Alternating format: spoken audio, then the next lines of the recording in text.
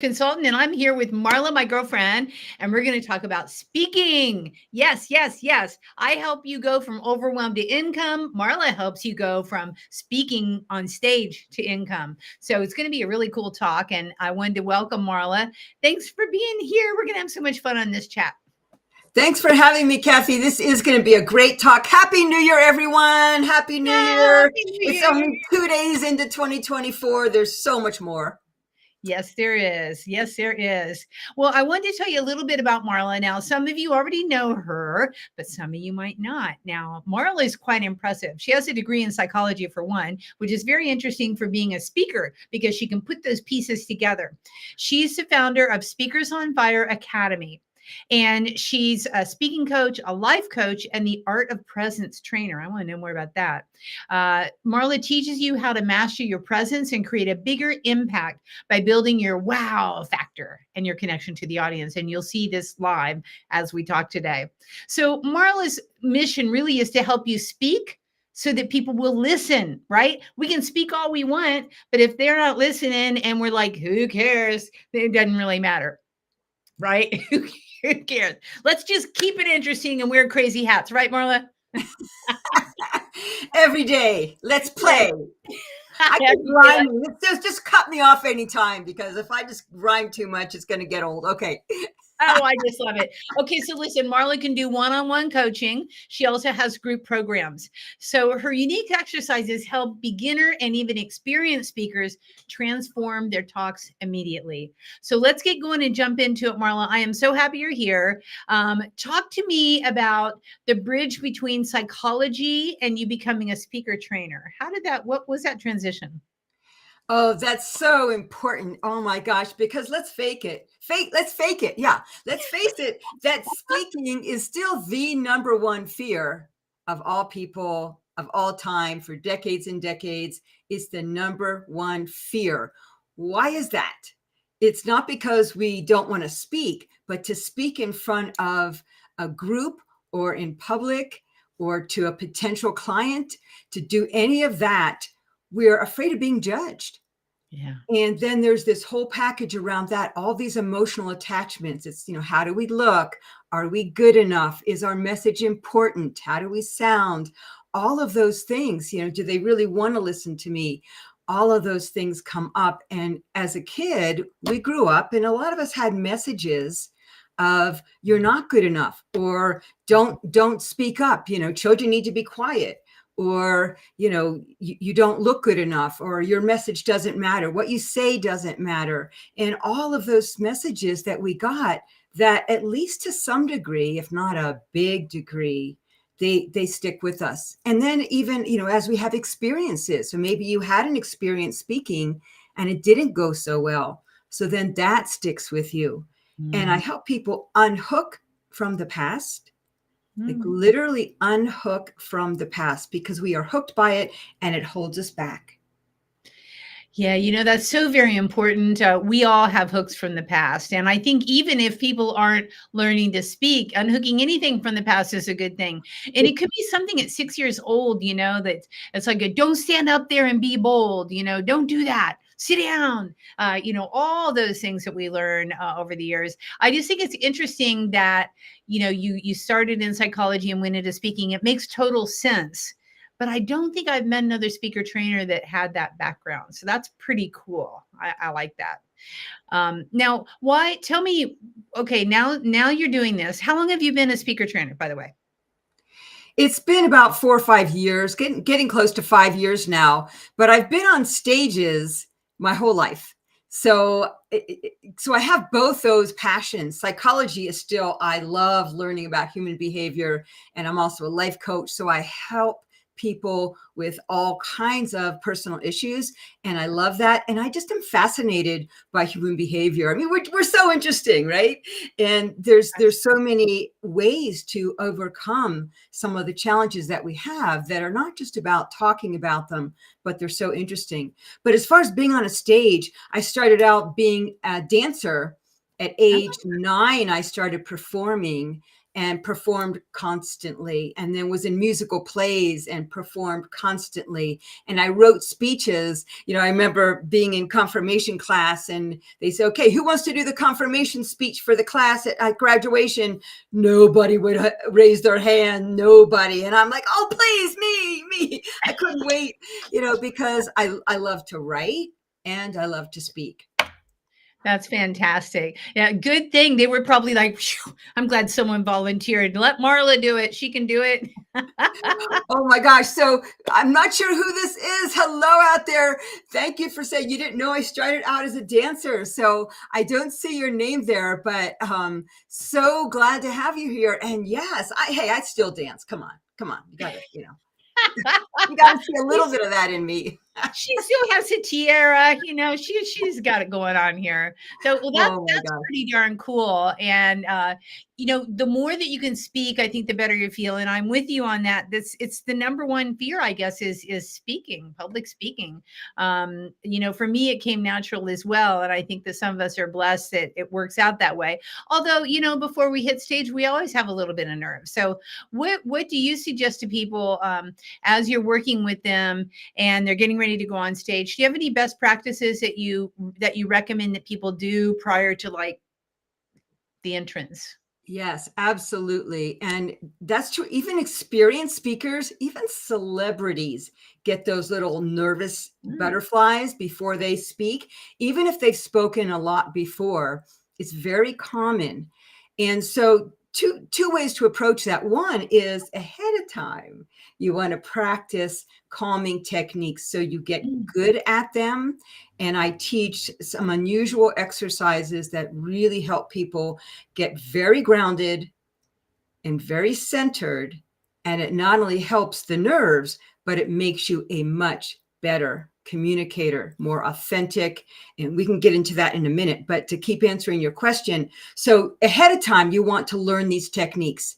Then the few minutes before you go on stage, you should be able to get into it pretty quickly. So you ground, you do this exercise, and you do the short version of the exercise. You can't do the long version all the time. Some people, they put on some music. I do a little NLP technique where you combine the a moment where you felt the most confident in your life and music that you love that always makes you feel good, and then you do something to anchor it. So that's again the brief version of the exercise, but the exercise makes it so that all you have to do is, if this was the anchor, you just touch your fingers together and boom, you're into that music, you're into that event that happened that made you so confident, and it just brings back into your body. I like that. As you're saying this, it's reminding me, I spoke at a conference in Chicago earlier this year. I began last year, since we're in 2024. And they wanted everybody to have a theme song that they would walk to stage on. And I'm like, oh my, or dance to stage on. Now it would have been so easy for you, right? Because you're a dancer. And I'm thinking to myself, oh my God, well, I know what I wanted. I know that I want Shining Star from Earth, Wind and Fire. I'm a P-Funk girl from way back. But how do I dance on stage to funk, right? And that was more scary than actually speaking. Oh my gosh. For a lot of people, yeah, they're not comfortable in their bodies, or they're just not used to dancing, or maybe it's not your music, all of those things. But even if you play that music in your mind, it'd be great if we could all enter with music. But even if you play that in your mind, it would be your favorite music. So, it wouldn't be that something somebody else chose. It gives you that energy, that joy, and your body relaxes with that. And it makes a big difference. And I want to do a shout out to Tina. Hi, Tina. I can see your name. Thanks for joining us. Good to see you. Hi, Tina. Welcome. Okay. So let me ask you, why are you so passionate about helping people become better speakers? And what do you think this is important, Marla? Now, I have my own thoughts, and I know that you do as well. Yes, absolutely. And that's why the timing of this is so important, because for a lot of us, it's not that we don't evaluate our business ongoing, but that turn of the year does make us focus in a little bit more about, okay, what do we want for this coming year? What do we want for our personal life? What do we want for our business? And the best way The best way to grow your business is to speak more and speak well. Speak so that you wow your audience every time. You get that down, and you are going to be so successful. And if you're already successful, you're going to be even more successful when you learn some of these techniques. It is the most important thing. And, when I started really getting into it about 4 or 5 years ago, I came from the art of presence, which we can talk about a little bit too. But then when COVID happened, the speaking business, let's say the coaching business, coaches and consultants Yeah. grew by, they said 800%. That is incredible. It's the fastest growing industry. And there's plenty of people that need your help out there, more than enough people that need your help, but it's still hard to stand out from the crowd so those people can find you. Right. And in Right. order to do that, you need to have not only a great message, but a great delivery of that message so people really hear you and really see you and remember you and want to work with you. Back to that, they have to hear you. You can't just be a talking head, which there's so many, there's just so much noise out there right now. Let's just put it that way. That, Yeah. how are you going to stand out? How are you going to show your presence? So it is super important. Let's talk about the art of presence. I'm very intrigued by this because I'm a meditator myself, and I love being, I love being chillaxed and chill. So let's talk about the presence, the art. Yes, I love this work. This is where I started even before doing the speaking coaching, and I fell in love with the work. And it started out as the art of feminine presence, and now we include men. So now I just call it the art of presence most of the time, because most things are appropriate or helpful for both men and women, but we tweak it a little different one way or the other. And then, no matter how you identify, we make it appropriate for you so that it's really, really helpful. But a lot of it is energy work, and a lot of it is psychology. And those Back are to two that. things. Yes, I am a huge believer in both. The energy work is really helpful. The psychology work is really helpful. You have both, and it's amazing. It changes everything. It's transformational. And it's partly where your energy is. So most of us have our energy up in our head. Right. This thing. Yeah, it's the to-do list, it's the critical mind, it's the voices we hear, it's thinking about the past, thinking about the future. It's all of those things that just clutter. It's taking in the environment. We're bombarded with information and images and just so many things. It's taking all that in and processing it, and then we're in this intellectual energy. And that's not really who we are. That's just a small part of who we are. And we can bring that energy down into not only our heart, but what I call our home space. And the home space it's really in your pelvic area. I call it your gut a lot of times because people relate to that. We say, trust your gut intuition and trust your gut and feel with your gut, all those things. So people are used to that. And I try and make it really practical, but it's really a little bit lower, a couple inches below your navel and inside your body. And this is the area of all of your essence of who you are. Yeah, that's your root chakra, right? Yes. Yeah. It is the essence. It is, it's not your identity. It's not who you are. It's not what you've done. It's this essence that is unique to you. And it's also where all the resourcefulness is. For women, we call it womb space because it's the birthing area of all your creativity and everything you have to give. And, for men and women both, and I'll call it your home space because that also has a lot of meaning where you really feel like you're at home. Yeah, I think it's interesting too that, we always say, well, trust your gut. We don't ever say trust your mind because our mind is like like that, right? But our gut, if we center in and like you recommend and like you teach, go down to that root chakra, go down to that home space. I love that you call it home too, being an organizer, of course. Everything has to have There you home. go. And I didn't think of that. I know, immediately went there. But I think it's so very true that if we can somehow tap in and turn off that monkey chat, that happens all the time.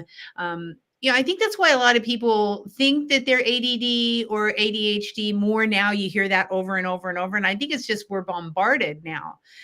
We are bombarded by information coming in from all channels, including just the way to talk to people. I mean, for goodness sake, is it Skype? Is it Zoom? Is it phone? Is it text? Is it Facebook? What is it?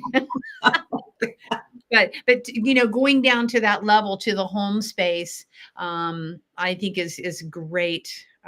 Yeah, really good. Well, it sounds like you're very much different from other speaking coaches. Can you define what you think sets you apart if someone were to hire you to speak better and to actually be heard as a speaker? What would set you apart with that? Yeah, the biggest difference, there's quite a few, but the biggest difference is I work on your message, your compelling story, and, how to say more with less, all those things. But I always start, whether it's one-on-one or in a group, I always start with your energy.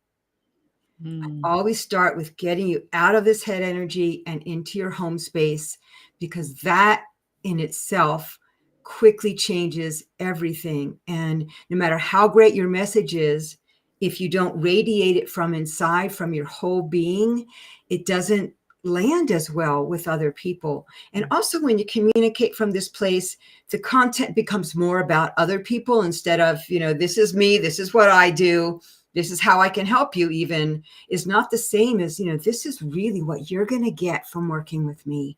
And some emotional content comes out too when you speak from this place. And then your energy changes. And it's funny because, people think of, when I say I work with your energy, that I have to make everybody kind of like me, like way up here, and that's, like I tend to a lot of the time be super high energy. I'm not always that way. I swear, I promise I'm not always that way, but I get that way because I get so excited about what I do. Yeah. But you don't have to be anywhere near that. It's the energy, as long as it's coming from inside versus your head, it becomes magnetic. And you can be down here, you can talk lower, you can be down here with your energy, and you will draw people in from this place as much as from this excited place up here, but not from the intellectual mind. People are going to tune out eventually, if not immediately. Yeah, they're going to tap into it. It's funny that you say that. I guess I did it instinctually without knowing, because before I go on stage, I always just do the thing, do a little bit of Tai Chi, put it to the earth, and then say, please have me speak whatever they need to hear. And then I come from that space, right? But what happens is sometimes I'm not even speaking my speech. I'm speaking about something else, which is because that's the whole point, right? You want to help people. The whole reason we speak, not only to be noticed, but is to help people. Let's see if we can help just even one person out there make some kind of a shift in their life. And so, that's the idea. And I think when you're coming from your home space, as you say, you are a bit better able to do that, because, we're all in tune with each other anyhow. And if you just go down to that space, I think they'll feel your essence more, and you'll feel their essence more. And maybe the words that come out of your mouth are something that wasn't even planned, but something they really need to hear. Yes, absolutely. I believe one person can change a relationship. So when you get in this space, it encourages other people and gives people permission to get into that space themselves. Yeah. And, another way that I'm different is I don't just talk about these things, because for a lot of people, they can say they're going to do it, but it doesn't fully happen until they go through this experience with me, because I take people through a guided experience to get them in this place. I don't just say, ground yourself more. And it's not exactly a meditation. It's a very specific, specialized, guided exercise that really gets people into that place. And then you got to practice it. Some people get there within a time or two, and other people need to practice it more, but it's very doable for everyone. Well, this type of toolkit that you offer is super duper important, I think. And I like the way that you make it very practical, and that you have the steps, and that everything is individualized as well. So I'm sure that every person that you coach and help with this has their own little song. They have their own thing that takes them there. They have their own way they can do it. And so I applaud that. I think that's super important. Yeah, thank you. That's another reason why I love what I do, is because people bring to it what they need to. So the unhooking exercise I do, that's also a guided exercise. It's not talking about your childhood. I don't even have to know your story, Yeah. because when you go through the exercise, you transform yourself by going through this guided exercise. So a lot of times people want to share their story, and that's great, but you don't even have to, because it's that able to put yourself in it and get what you need from it. Yeah, it's great work. Yeah. I don't like rehashing the old stuff, just brings it back up again. So who cares? It's like, let's just keep that one alive. Why don't we? Oh, I was 6 years old and it was terrible. It was just terrible. Then it gets more terrible, then you're amplified. So yeah, I'm with you on that. So you said the energy is really important. Can you talk a little bit about the type of energy that you're speaking of? Yeah, because there's both internal energy, which we've already talked about, getting in the home space, but Mm-hmm. then there's all this external energy.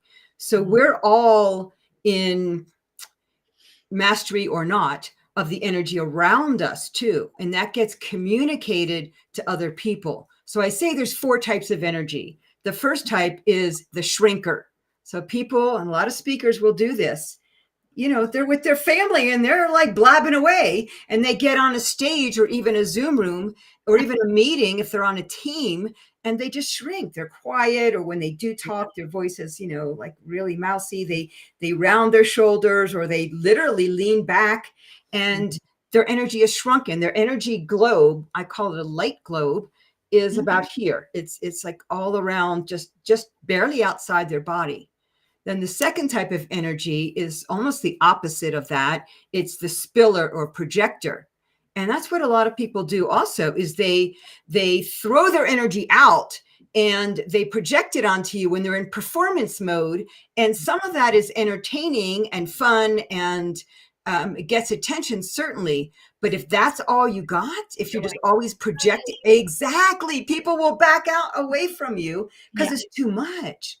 It's not connecting, and it's not, it's sometimes it's not real. So these are charismatic people, but their energy doesn't work overall, and they need to drop back in a little bit. And I'll tell you what the healthy energy is in just a second. The third type of energy is the diffuser. So people that have diffused energy, they just don't have a good boundary.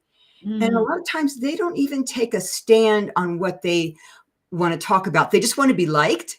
And so they won't quite say, well, this is what you got to do, or this is what I believe in, because they want everybody to like them. And that's very common for speakers. They just want to be liked. But instead, I say, you know what? Not everyone's going to like you, and that's okay. But take a stand. Show people what you care about. Show people your beliefs. And, you might piss some people off. And then later, even those people are going to come back and say, you know what? You made me think, and you changed my life. You never know. So the goal shouldn't be just to please everybody, but to show people who you are, what you stand for, and even be a little edgy with it. Absolutely. And you want to choose a lane. I agree. The diffuser thing really doesn't, it might make you feel good, but it doesn't accomplish really anything. It seems like, maybe you won't ignite people. Let's just put it that way. Yeah. Love that word. Hello, speakers on fire. But the healthy energy is energy that is expanded and yet contained. Wow. Yeah. And to experience, again, it's like, before I went through these exercises that I learned to do, I wouldn't have gotten what that meant. What does that mean? I mean, that's a hard concept to think about. So I take people through exercises to, first of all, acknowledge and be aware of where their energy is, because most of us have no clue where our energy is around us. And it's not about auras. It's not any of that kind of thing at all. It's this real practical energy that you will sense when I guide you through it. Okay. So that's energy 4. So yes, right? that's the fourth type, is the healthy energy. So expanded but contained. Yes. Is that how you said it? Yes. Yeah, that's interesting. Again, from an organizer, it's like, okay, everything has a home with yard around it, right? So it expands, but it's contained. Yes. Same thing, I guess, with your energy level, right? You have it, you can be out there, but yet you know where to kind of put put the little nest of people to listen to you in, like the pocket. Yes, absolutely. Yeah. Interesting. Yeah. Wow, there's so many parallels here. I knew there would be. I knew it just worked. So I know, people are going to want to know how to get in touch with you, but is there anything that we haven't touched on that was kind of on your mind that you wanted to speak about today as we go into the new year for speakers who want to be speakers, for people who want to be speakers or speakers who want to be better speakers? Yes, yes. I mean, this is so important because a lot of people are evaluating this at this time. Mhm. And a lot of people are afraid to put themselves out there at all. It's those first few times that can be really scary and really uncomfortable.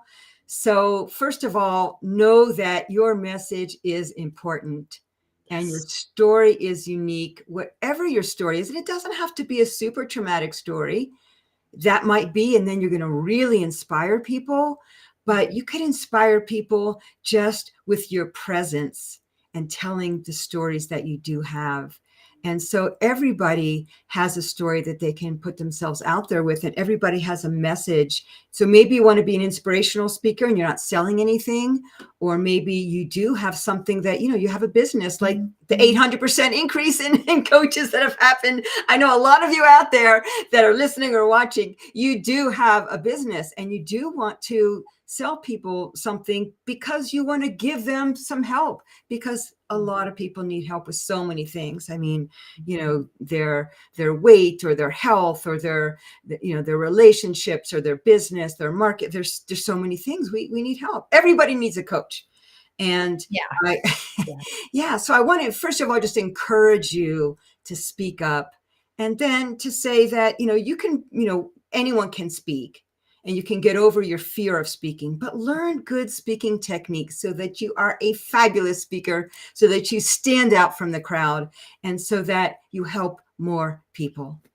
Yeah, and you're the perfect person for that. And I agree that masters hire masters. I mean, the most successful people will have coaches. I mean, if you're a coach, you have a coach. I mean, you can't be a Absolutely. coach without having a coach or two or three in the kitty, right? Otherwise, you're not growing and expanding so that you can reach the people that you're coaching. So that's totally appropriate statement. So if people do want to work with you, Marla, how can they learn more about your coaching, your style, and connect with you? Yeah, I'm happy to have a chat so that we can, not only talk about where you are and where you want to go, but also so that you can bring any part of your speech if you want, and we'll go over it one on one. But a really great way also to get to know what I do and how this is so different and so powerful is to come to my free masterclass. And I'm having Yay! another one. Yeah, next week I'm having another one, January 11th. Down here is the link to sign up for it. And you can't click on that, but you can write it down real quick. And I can also put it in the notes afterwards, so you can click on that. But in there, it's not a sales fest. It's not here's 3 steps, go do them later. I don't work that way. I actually coach people on the spot. I help people on the spot. I take everybody in the group through an exercise. So you're all going to get to experience what it's like to be in your home space and the difference it makes, because we speak Yeah. before, we do the exercise, and then we speak after, and everybody notices a huge difference. Oh, that sounds so experiential and so much fun. Yes. And it sounds like a safe place too. So if you're out there listening and you're looking for a safe place to try to just try it, try to hone in to your space and your home and see what comes forth. I think you'll be really amazed at yourself, the way that Marla will guide you through it. So yeah, anybody who's a speaker or even wants to thinking about being a speaker, because guess what? Everything's a sale. If you're in business, you're always selling, right? And the easiest way, as we said at the top of this conversation, is to speak with proficiency and expertise, and so people will listen. And the only way to do that is to learn to be a better speaker. So there you have it.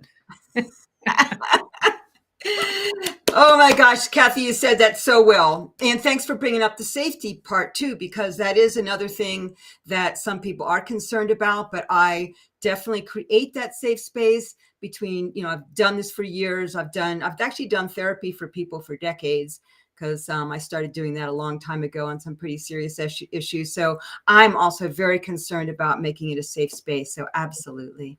Yeah, yeah. What a cool background you have. From being a performer to being a psychologist to to moving into this. It just makes sense, and I can tell that you're doing your dharma. And what I think is that all of if you think about your life, everybody is listening out there, think about your life and think about all the different careers that you've had, and Mhm. then you'll know when you're doing your dharma like Marla is, because it's combined all of your backgrounds into this one nice neat little, this is who she is, this is her life experience, this is why she does what she does. And I think we can all find that. And it took me 40 years to figure mine out. Sometimes it takes longer than others, but once you have your dharma, you kind of know it. You're in the pocket, and it basically is a combination of your life experience that brings you to the place of, ah, this is me. This is who I am. And I agree with you that speaking is the way to show your essence. And even if you aren't going to be a speaker, I think going through a speaker training like yours would be appropriate and helpful, just to figure out who you really are, like what is your message, even if you're not going to speak it, like who are you projecting yourself to be. And I agree, I think with your training you'll get a lot deeper into each, as people go through your training, I think they're going to get deeper into the feeling of their home, which puts them back to their essence of who they are. So, Yeah. I mean, it's getting rid of the chatter. And this helps with your spouse. If you're yeah. going on a first date with your Uh-huh. kids, with your best friend, with your coworkers, Yeah. because it's just a communication skill. You don't Yeah. have to be on any stage for this to change your life. Yeah. I agree with you wholeheartedly. Well, this has been fun. I love that people joined us in the conversation. Feel free to check in. We'll be on our Facebooks and all of our things. We'll be watching. If you guys have any questions, we will answer questions for you as we go. We're streaming now to 7 channels, so that's pretty exciting. So hit us up on any channel where you happen to see this conversation, and we will respond. Meanwhile, any last thoughts or any last words for you, Marla?